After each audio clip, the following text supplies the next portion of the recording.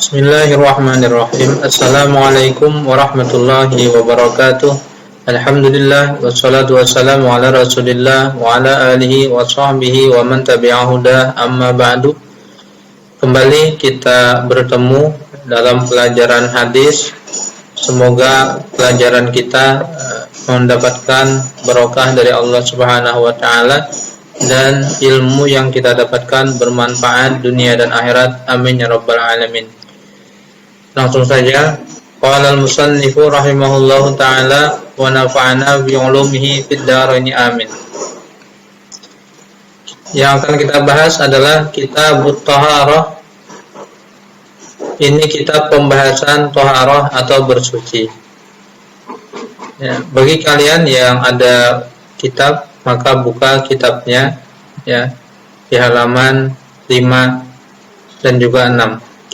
Selanjutnya, at-targhibu fit thaharah, anjuran pada perkara bersuci. Jadi hadis yang akan kita baca ini adalah hadis-hadis yang menganjurkan perkara bersuci. Yang mana perkara bersuci ini adalah bagian yang sangat penting dalam agama kita, yaitu agama Islam. Kemudian Allah Subhanahu wa taala berfirman, fihi rijalun yuhibbuna ayyatatahharu wallahu yuhibbul mutahhirin. At-Taubah ayat 108. Di dalamnya masjid itu ada orang-orang yang cinta atau suka untuk membersihkan diri, dan sesungguhnya Allah mencintai orang-orang yang membersihkan diri. Jadi di sini ayat ini menunjukkan bahwa perkara membersihkan diri atau bersuci adalah perkara yang sangat penting yang dicintai oleh Allah Subhanahu wa taala. Dan ia juga adalah menjadi salah satu syarat untuk seseorang melakukan ibadah seperti sholat. Kemudian selanjutnya, wa qala sallallahu alaihi wasallam, at-tuhuru nisful iman. Telah bersabda Rasulullah sallallahu alaihi wasallam, bersuci itu sebagian daripada iman. Jadi iman itu kesempurnaannya ya. Sebagian daripada iman itu sempurna, kemudian sebagian dari perkara iman itu adalah dalam bersuci.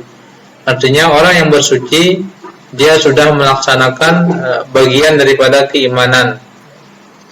Kemudian wa qala sallallahu alaihi wasallam, bunyad dinu 'alan nadhafah.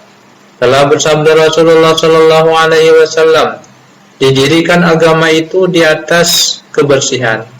Artinya di antara fondasi ajaran agama ya, agama Islam itu adalah perihal tentang kebersihan atau taharah. Ya.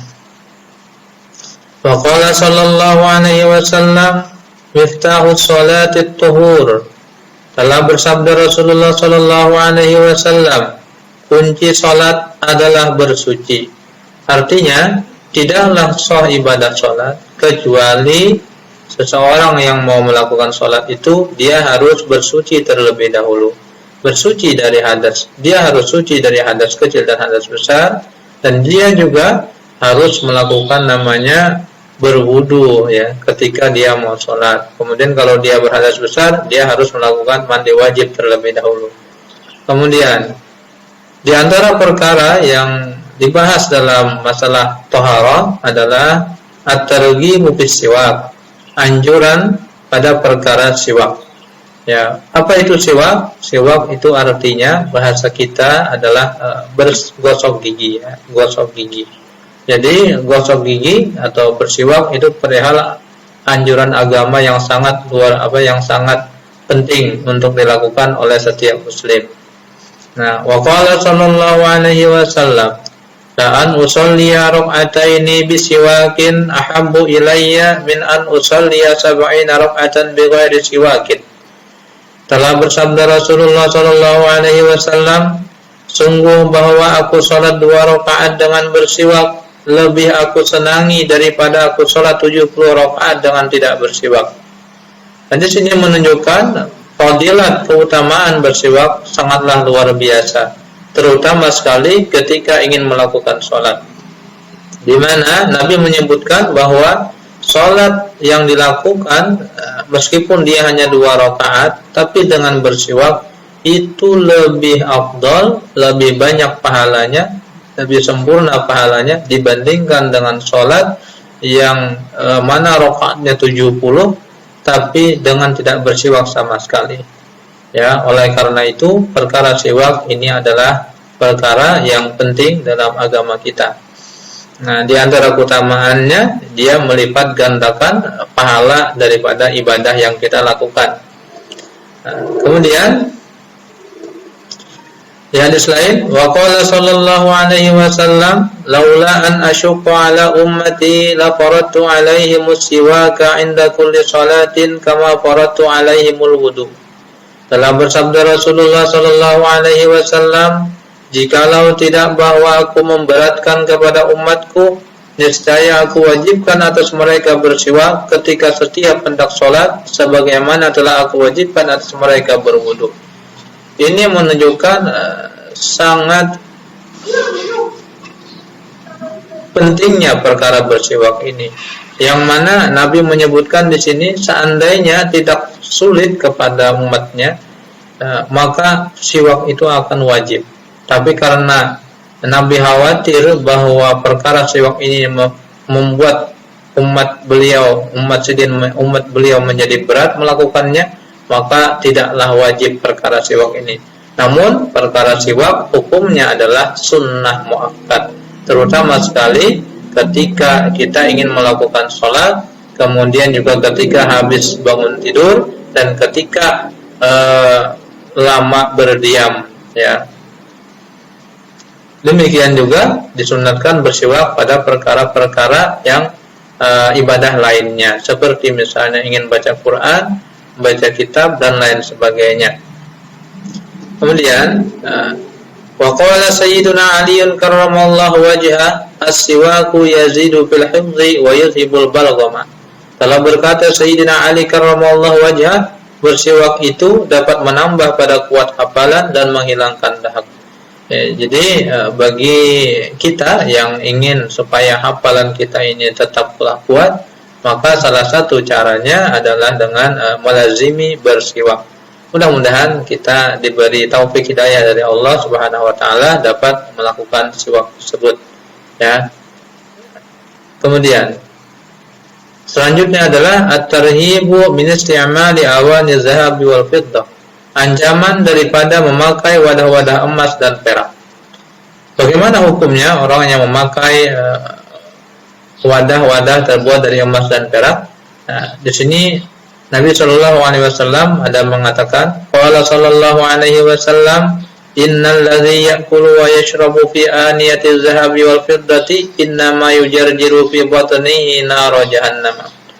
Telah bersabda Rasulullah sallallahu alaihi wasallam, sesungguhnya orang yang makan dan minum dengan menggunakan wadah-wadah terbuat dari emas dan perak, hanya saja dia mendidihkan atau menyalakan di dalam perutnya api neraka jahanam. Nauzubillah. Jadi dari hadis ini menunjukkan bahwa seseorang yang makan atau minum, dia mempergunakan wadah yang terbuat dari emas dan perak, maka hukumnya adalah haram, karena dapat mendatangkan murka Allah Subhanahu wa ta'ala. Kemudian selanjutnya adalah babul wudu, at-targhibu fil wudu wa fi isbaghi wa tarhibu min 'adamil isbagh wa ma yuqalu ba'dal wudu. Bab wudu, anjuran pada perkara wudu dan menyempurnakan wudu, dan ancaman daripada tidak menyempurnakan wudu, dan doa yang dibaca sesudah berwudu. Allah Subhanahu wa ta'ala berfirman dalam Al-Qur'an, qala Allah ta'ala, ya ayyuhalladzina amanu idza qumtum ila sholati faghsilu wujuhakum wa aydiyakum ilal marafiq wamsahu bi ru'usikum wa arjulakum ilal ka'bayn. Telah berfirman Allah Subhanahu wa ta'ala, wahai orang-orang yang beriman, apabila kamu berdiri untuk sholat, maka basuhlah muka-muka kamu dan tangan-tangan kamu sampai siku, dan usaplah kepala-kepala kamu, dan basuhlah kaki-kaki kamu sampai mata kaki.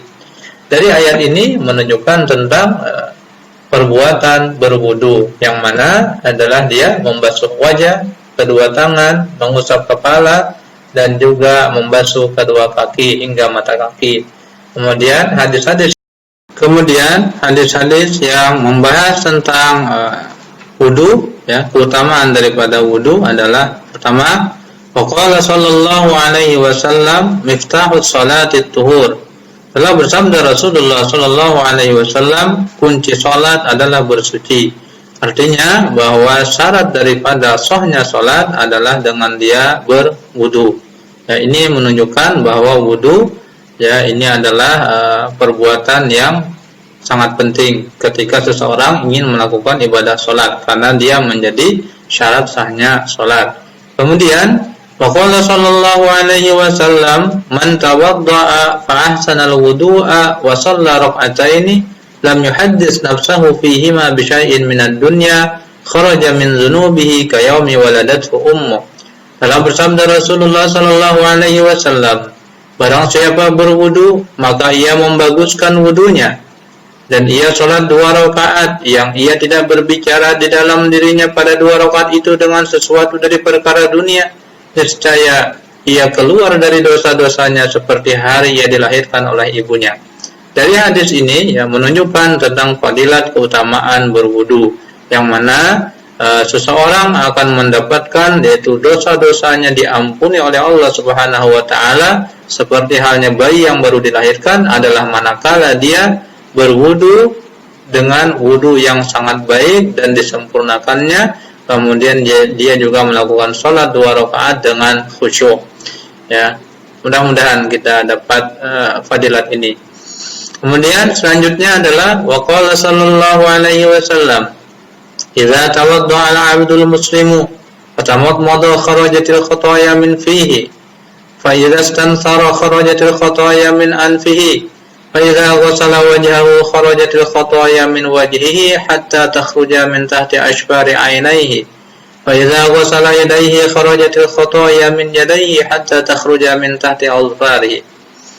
Telah bersabda Rasulullah sallallahu alaihi wasallam, apabila berwudu seorang hamba yang muslim kemudian ia berkumur-kumur, maka keluar dosa-dosa dari mulutnya. Maka apabila ia masukkan air ke dalam hidung lalu dihembuskannya, maka keluar dosa-dosa dari hidungnya. Dan apabila ia membasuh wajahnya, maka keluar dosa-dosa dari wajahnya hingga dosa itu keluar dari bawah kelopak matanya. Dan apabila ia basuh kedua tangannya, maka keluar dosa-dosa dari kedua tangannya hingga keluar dosa itu dari bawah kuku-kukunya. Fa idza masaha bi ra'sihi kharajatil khataaya min ra'sihi hatta takhruja min tahti udhunayhi wa idza ghasala rijlaihi kharajatil khataaya min rijlaihi hatta takhruja min tahti alfari rijlaihi thumma kana mashyuhu ila al-masjid wa salatuhu nafilatan lahu. Dan apabila ia mengusap kepalanya, maka keluar dosa-dosa dari kepalanya hingga keluar dosa itu dari bawah 2 telinganya. Dan apabila ia membasuh kedua kakinya, maka keluar dosa-dosa dari kedua kakinya hingga keluar dosa itu dari bawah kuku kedua kakinya. Kemudian berjalannya menuju masjid dan salatnya adalah ibadah sunnah baginya. Jadi dari hadis tersebut, ya, menerangkan bahwa orang yang berwudu dengan bagus, dengan sempurna, maka dia mendapatkan fadilat yang luar biasa dari Allah Subhanahu wa taala, di mana dosa-dosa anggota badannya dihapus oleh Allah Subhanahu wa taala beriringan dengan air basuhan wudu yang dia lakukan. Nah, kemudian selanjutnya adalah bahwa orang yang berwudu itu, ya, ini menjadi pelajaran bagi kita bahwa orang yang dalam keadaan berwudu, orang yang berwudu itu dia harus melakukan namanya khusyuk di dalam wudunya. Artinya dia harus melakukan wudu, janganlah tergesa-gesa dan hendaklah dengan hati yang tenang, yang baik, kemudian tidak tidak berpikiran yang macam-macam, tidak berpikiran kecuali hanya untuk melakukan ibadah wudu kepada Allah Subhanahu wa taala. Kemudian selanjutnya adalah waqala sallallahu alaihi wasallam, khallilu asabi'akum la yukhallilaha Allahu yaumal qiyamati bin nari. Telah bersabda Rasulullah sallallahu alaihi wasallam, basuhlah sela-sela dari jari-jari kamu, niscaya Allah tidak membasuhnya pada hari kiamat dengan api neraka. Dari hadis ini menerangkan bahwa sangatlah dianjurkan agar kita dalam berwudu itu memperhatikan sela-sela jari-jari kita agar kita basuh. Oleh karena itu sunnah bagi kita menyelat-nyelati jari-jari kita ketika kita berwudu. Seperti pada dua tangan, ya, cara menyelat-nyelatinya seperti ini, ya. Kemudian pada dua kaki itu menyelat-nyelatinya. Ini misalnya kaki kita selesai jangan jari kelingking dengan dari bawah, ya. Dari bawah. Ini juga menggunakan kaki kiri, menggunakan jari kelingking kiri juga, ya. Anggaplah kaki kiri dengan seperti itu, ya. Nah, kemudian selanjutnya waqala sallallahu alaihi wasallam wailul lil aqabi minan nari asbiqul wudu. Telah bersabda Rasulullah sallallahu alaihi wasallam, celakalah bagi tumit-tumit yang tidak dibasuh ketika wudu dari api neraka, maka sempurnakanlah wudu kamu. Artinya dalam hadis ini disebutkan bahwa seseorang yang berwudu dia harus menyempurnakan basuhan dalam wudunya. Artinya ketika dia membasuh anggota wudu hendaklah diperhatikan jangan sampai ada yang tidak terbasuh. Terutama sekali pada ketika membasuh kaki, perhatikanlah membasuh bagian tumit karena biasanya orang yang berwudu dia kurang memperhatikan terhadap tumit ketika membasuhnya. Sekian pelajaran hadis kita di pagi ini. Mudah-mudahan Allah Subhanahu wa taala memberikan manfaat kepada kita. Amin ya rabbal alamin. Wallahu a'lam bissawab.